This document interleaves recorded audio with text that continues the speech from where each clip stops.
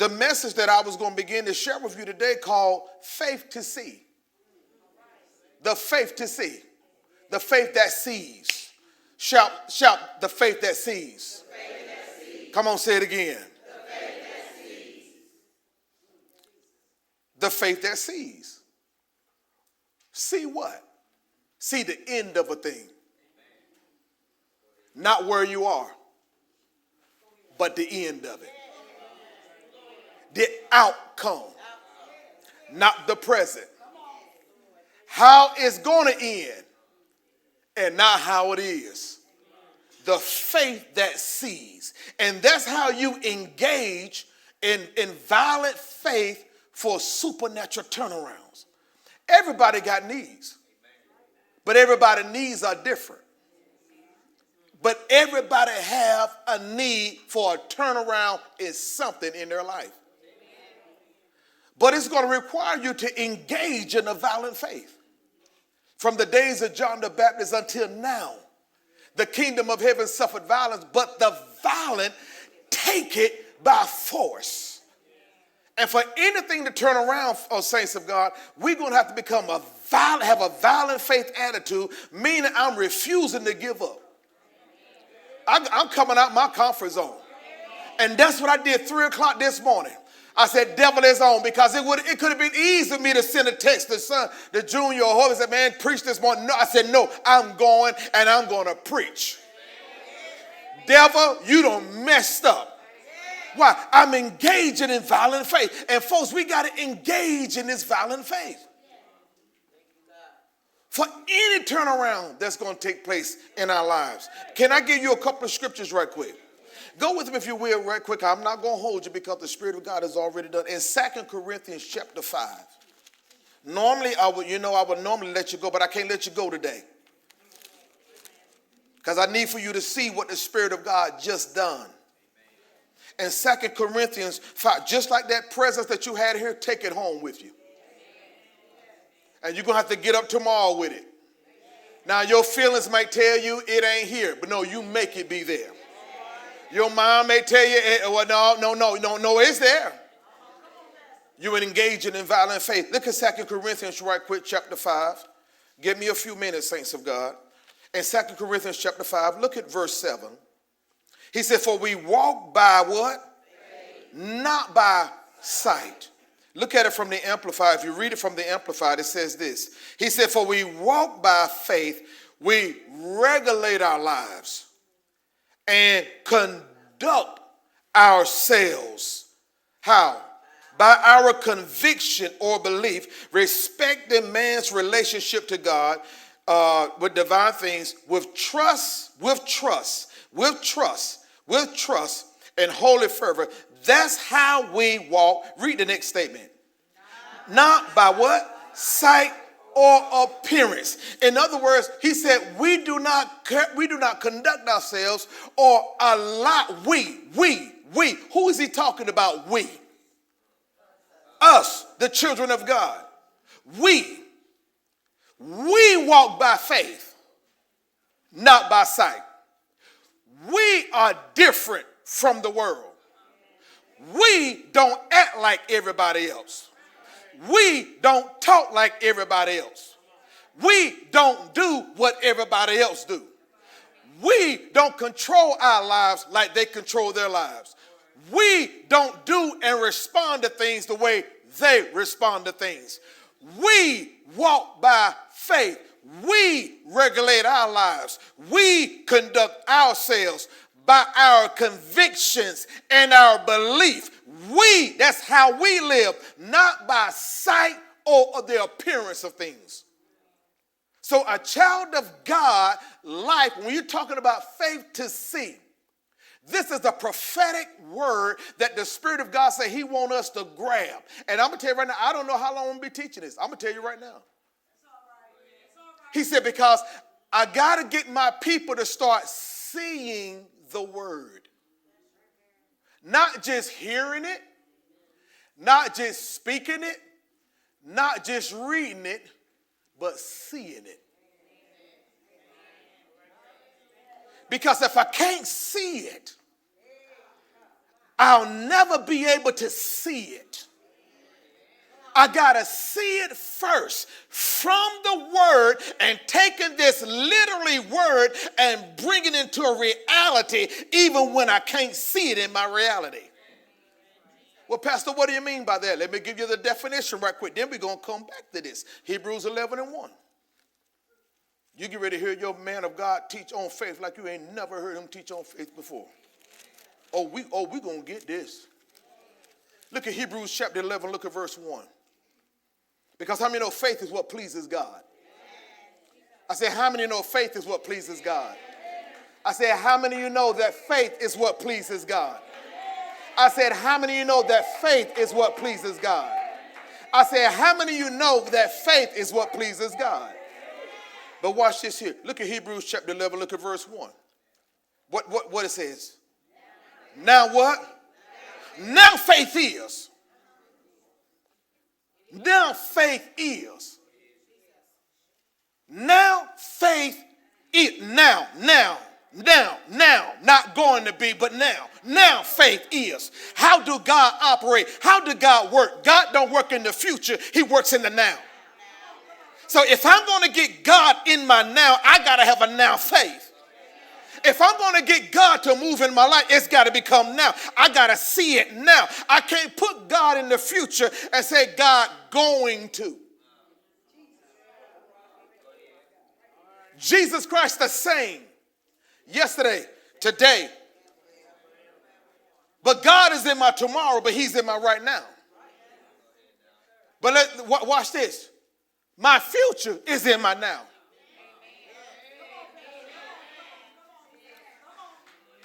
That's how I please God.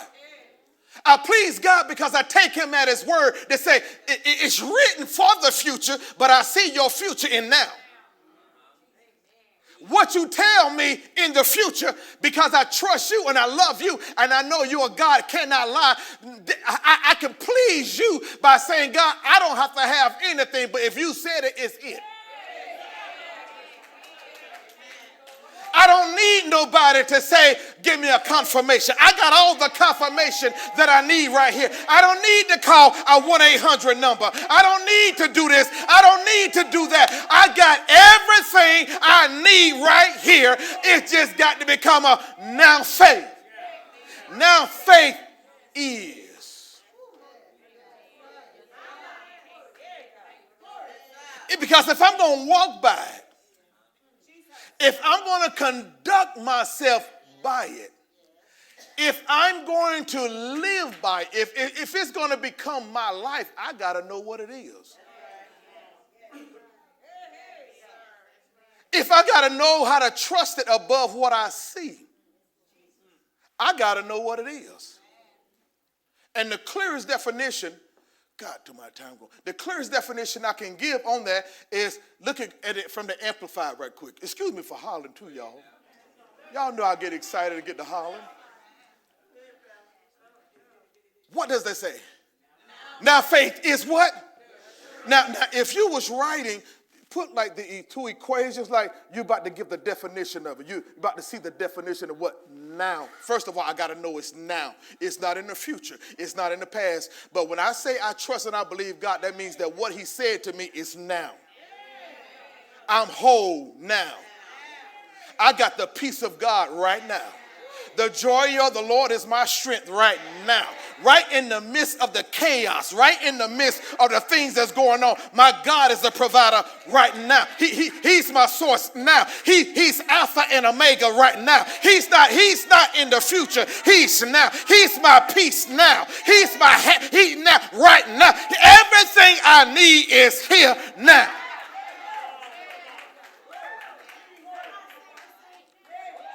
Now you see why the statement I made to you earlier about your actions and your response to his word? Because my actions is a responder of how much faith I really have. How much trust I have in his word. Now faith is. What is faith? What is it? It's the assurance. You sure about that thing? Doggone it, you sure. I don't care what nobody else say, but you sure. You know God is your protector. You sure about that? You know God will make a way if ain't nowhere ever been made. You sure of that? You know God is a provider because you done seen him provide for you. You done seen God show up in your life and so many times. So when people talk about you, they don't know if God is a provider or not. You don't even get in that conversation because you are sure. There's an assurance that you have that no matter what, you know God is a provider. That's how faith is. It's an assurance. But what else is it? It's the what? It's the confirmation. It's the title deed. How many of you had a confirmation at a hotel? How did you even know you got that room?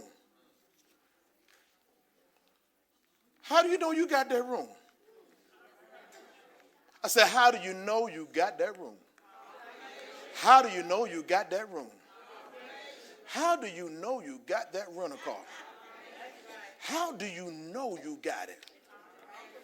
Because if you don't have it, you shouldn't have never gave me the confirmation number. And because I have the confirmation number, watch this, I got an assurance now. So when I get to that hotel and you tell me you ain't got my room, I'm going to show you the confirmation. And watch this, I'm not going to get disturbed. I'm not going to get angry. I'm not going to get upset. Now, you may make me upset by how you're acting, but all I'm going to tell you is this. I don't know what you got to do. Because the pressure ain't on me. The pressure is on you. You shouldn't have never gave me the confirmation number. If it was going to be booked up, that's on you. That ain't on me. So you're going to have to figure this thing out about getting me. But if you're not violent about it,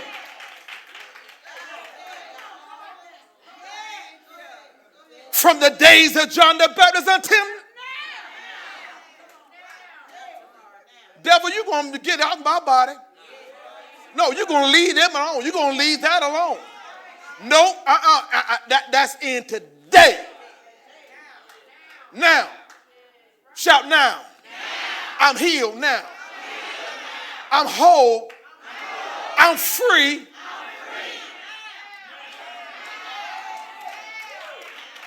It's the confirmation. The title deed. What is a title deed? What is a title deed? Somebody tell me what a title deed is. Title is ownership. Watch this. It ain't nothing but a piece of paper. But that piece of paper has something on it that makes me an owner. This piece of paper has something on it that makes me an owner of what's in this book. And it's not going to happen. I already have it.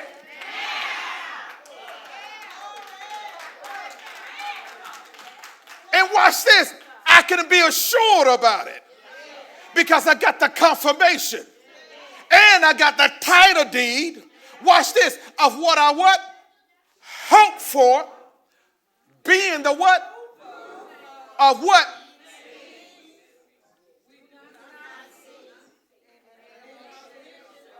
Stop, let's read it again, because I got to get you to see this. And we're going to close. 5 minutes.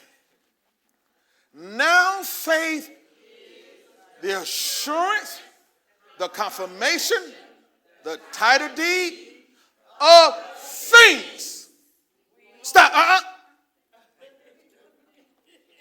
Now faith is the assurance, the confirmation, the title deed of the things we hope for. I don't worry about what I'm looking for.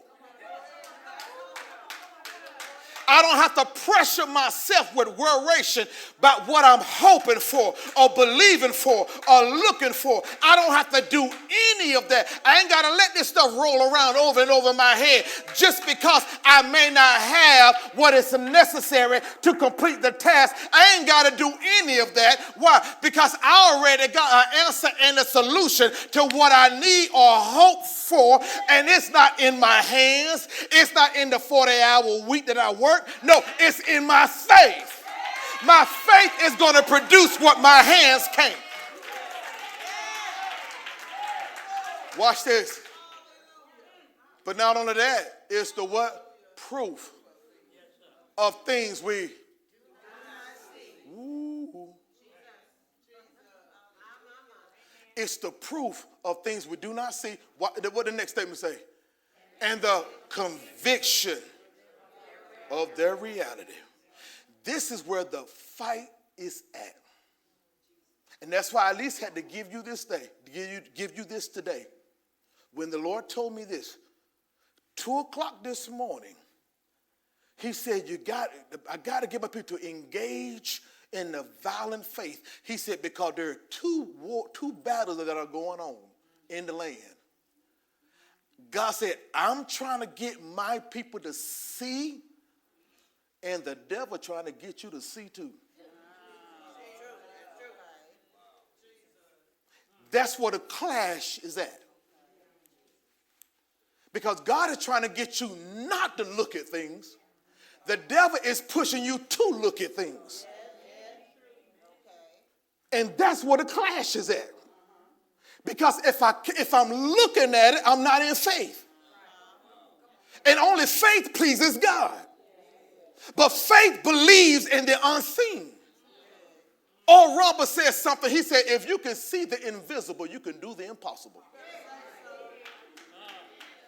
If I can see it, even though it's not present, it set me up to walk in a miracle.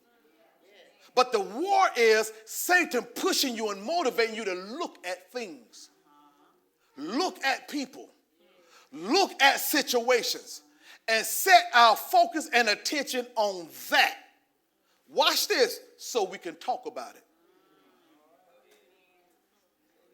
So if I'm talking about a problem, I'm definitely ain't speaking faith. So now I'm keeping a situation the same as it is. Actually, I'm making it worse. Because God cannot get on the scene because only faith is what pleases God. Faith is what get God involved. And if I'm not in faith, I can't get God involved. So now the enemy is tripping people up all the time. A constant battle, a constant warfare. And I can't get my breakthrough. But you fail to realize what's coming out your mouth. I haven't made the connection. Watch this. Or what I'm coming to an agreement with. Now go back to 2 Corinthians again, chapter 5. No, I need to finish reading that. Do not see by the conviction of reality. Faith what? Perceiving. As what? What is? The 5 senses have no control of the spiritual realm. Evangelist Marshall, he said, God said, I gave man 5 senses to live in his physical world, not the spirit. The 5 physical senses has been given to man to contact everything in this physical world. God did not give man the 5 senses to live in the spirit. That's why we got to live to learn to walk in the spirit. He said, if you walk in the spirit, you shall not fulfill. You shall not fulfill. You shall not fulfill. You shall not fulfill. Even though things will come, but you shall not fulfill the lust of the flesh, because you're not controlled by it. It's not motivating you. It's not influencing you. It's not pushing you to get in it. The 5 physical senses. So faith perceiving as real fact what is not revealed to the senses. But Pastor, I'm just a realist. No, you live by what you see. What you see is the control of your life. And you think that is real, but it's not. Can we go a little bit deeper? Can y'all give me, I said 5. Can y'all give me 5 plus 5? Go back to 2 Corinthians 5 again. 5 plus 5. 10. 10 minutes. Go back to 2 Corinthians 5 again. Watch this. Then we're going to jump to something else. 5, go to verse 6. So we're going to begin to talk about it for the next several weeks. Faith sees. But the whole thing I want you to always keep in mind is engaging violent faith for a supernatural turnaround. I encourage you to write that down. Write that down. We here at Life Changer, we are engaged. And get in faith about, tell people we engaging in a violent faith for a supernatural turnaround. And you go out and you pray with people and you tell them, you need prayer? Guess what we're doing at our church? Guess what we do? We are engaging in violent faith at our church. We finna go on some fast, folks, in this church. We finna hit some fast like we ain't never hit fast before in this church. I'm going to start doing communion every third Sunday.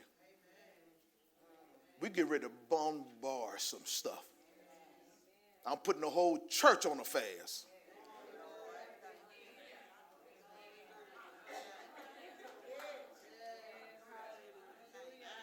In 2 Corinthians chapter 5, look at verse 6. Go to King James. No, I'm done because I can't waste some more time. King James, watch this here. Therefore, we are always what? What the next statement say? Knowing. We are always what? Confident. Come on, say it again.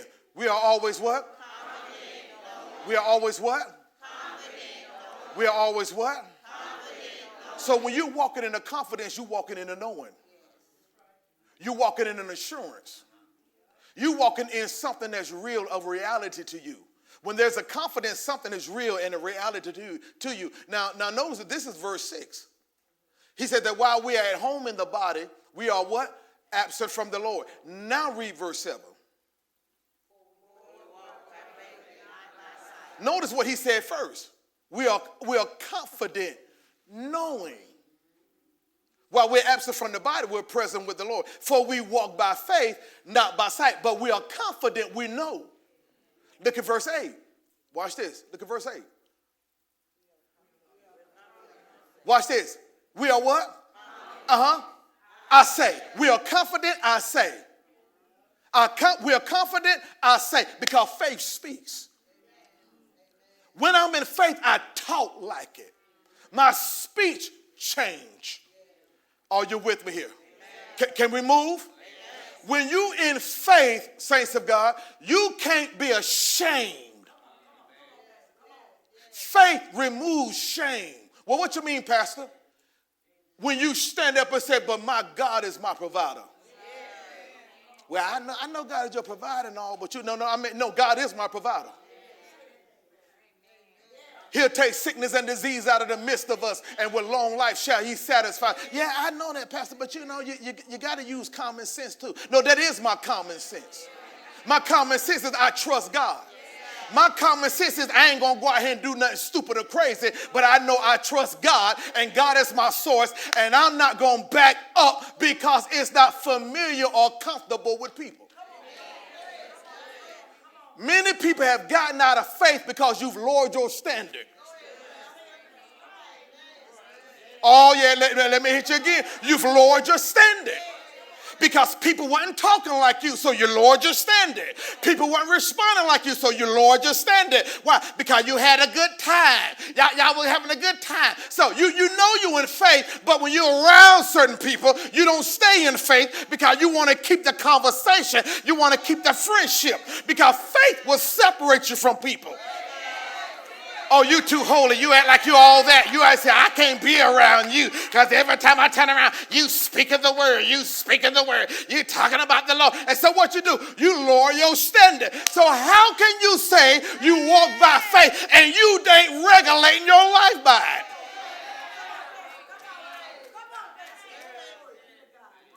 So when your faith is weakened, you become weak. And he sits back and he waits till you get so weak you can't fight no more. Phew. Now you ready to quit altogether. You ready to throw in the towel. All because you dropped your guards. And it didn't look like you needed to do it. Every time I turn around, y'all going to church, Pastor, he good, but he just talking about the word all the time. He talking about the word. I need something different. What different do you need?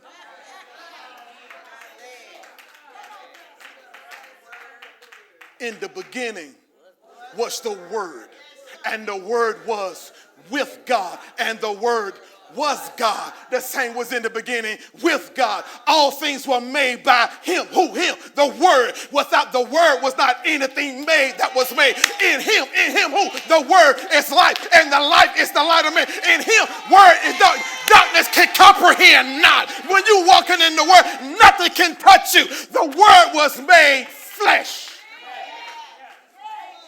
So what do you need?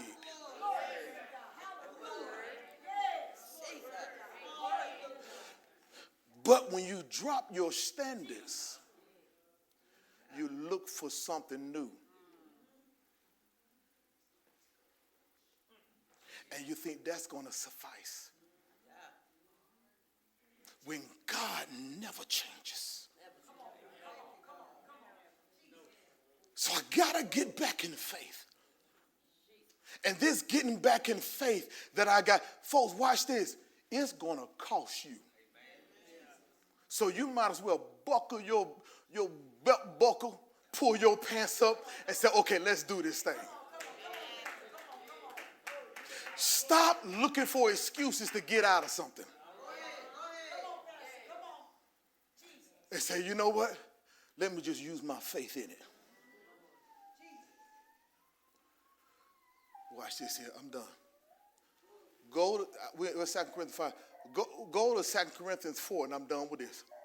Look at chapter 4, verse 16. Engaging. We are engaging in violent faith for a supernatural turnaround. This Christian walk ain't easy. But just because it ain't easy don't mean I don't have what it takes to be sustained. I got to know I already got what it takes to be sustained. My greatest battle comes from being double-minded. When I got two minds on a situation, that's where the greatest battle is at.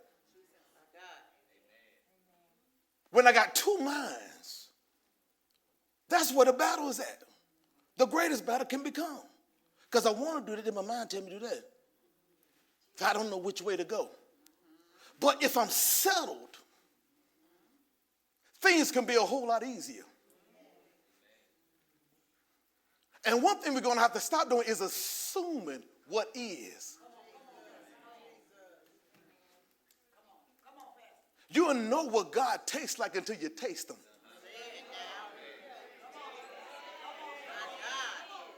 You'll never know what the sweetness of God until you really get in it. See, some things we're fighting with, and God trying to get us to stop fighting. They just saying God is fighting for us, pushing back the darkness. God is going to fight for us. He just wants us to get in him.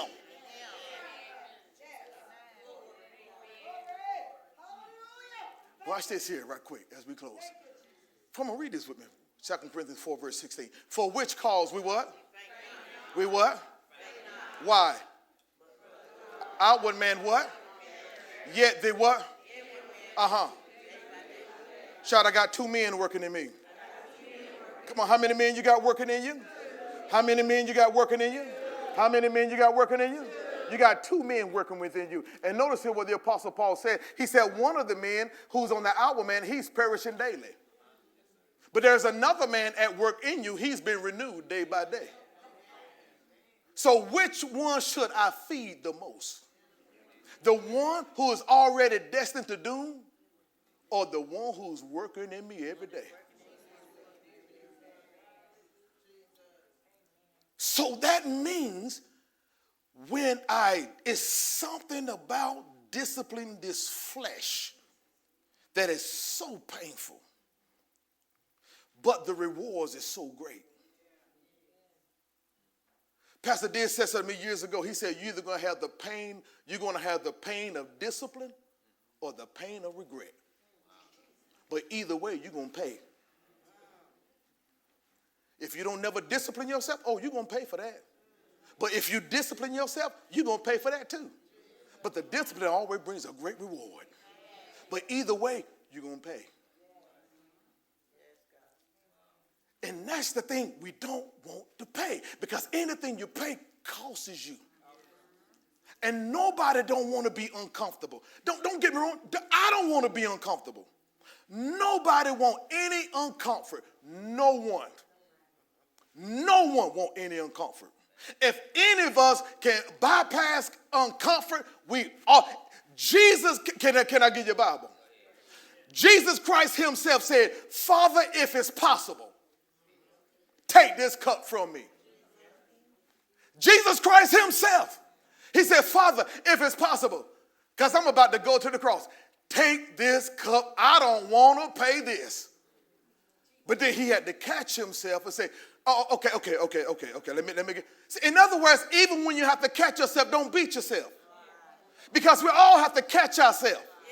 We all have nevertheless moments. We all have moments where I don't feel like doing this. We all have moments where I don't know if I can do this or not. We all have moments where, man, this thing is too much for me. I can bear. I can't do this, Lord. Lord, I don't, God, I need your help. But nevertheless.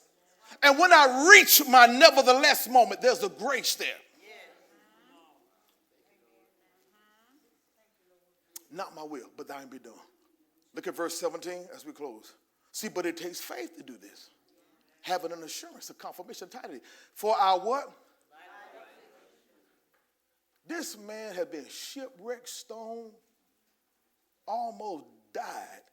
This man was stoned to death, snake bitten. This man has gone through stuff that we probably would never even can imagine. But what did he call it? I said, what did he call it? What did he call it? What did he call it? Was it light affliction? But he called it that. You got to know how to ease the pain.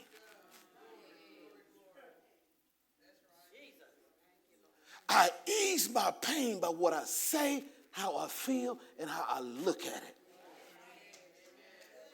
I can bring down the pressure I can turn down the pressure in my own life by not allowing it to stay at 100. Turning my own knob. And it takes faith to do that. It takes faith to turn it from 100 down to 50. And if I can turn it all the way down to 0, I can, but I will. But God said, no, stop right here at 60. Because there's some stuff you still need to burn. There's some stuff you still need to get out of your system. So I can't let you take it all the way down to 0, because it'll be a whole lot easier for you if you took it down to 0, because I ain't going to let you take it all the way down. I bring it down to 70. But there's some stuff you still going to have to work out of you. And the more you work out of you, I'll bring it down to 60. The more you work it out, I'll bring it down to 50. The more you work it out, I'll bring it down to 40. But don't look for me to bring it from 100 to 0. I ain't doing that, because you're spoiled. And you won't know what it means to pay the price.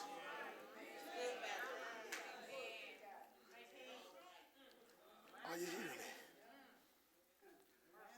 it? But notice what he said. God, I told you 10. He said this is working, what? A far more and exceeding is working something in me. And this is what I wanted you guys to understand before we go here today. Everything that you've been, don't you give that devil no credit. God is working something in you. He's working in something in you that's bigger than what you can see right now. And even though it don't feel good, it don't look good, it don't seem good, but you can know if God is your provider, he already knew exactly what you were going to need. Take no thought for your life, what you shall eat. See, that's why you got to follow your man of God. See, everything I bring to you, I'm working on something. You're going to see it again later. And turn away to glory. Let me read this and we can close. Look at verse 18. We ending with this today. Look at verse 18. We closing with this. Here we go. While we what? While we what? While we what? While we look, not faith sees. That don't sound right because Pastor, you said while we look not, but faith sees. While we look not at what? The things which are, but at the things which are, because that's what faith sees. So faith sees what? What is not seen. Faith sees what is not in the physical presence yet. And the Apostle Paul is telling us, while we look not at the things which are seen. That's the test.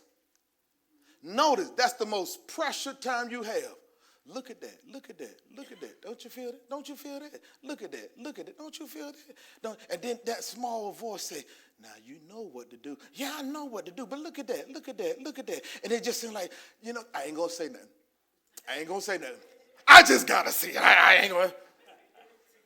Because the pressure get put on you to look at it. Talk about it.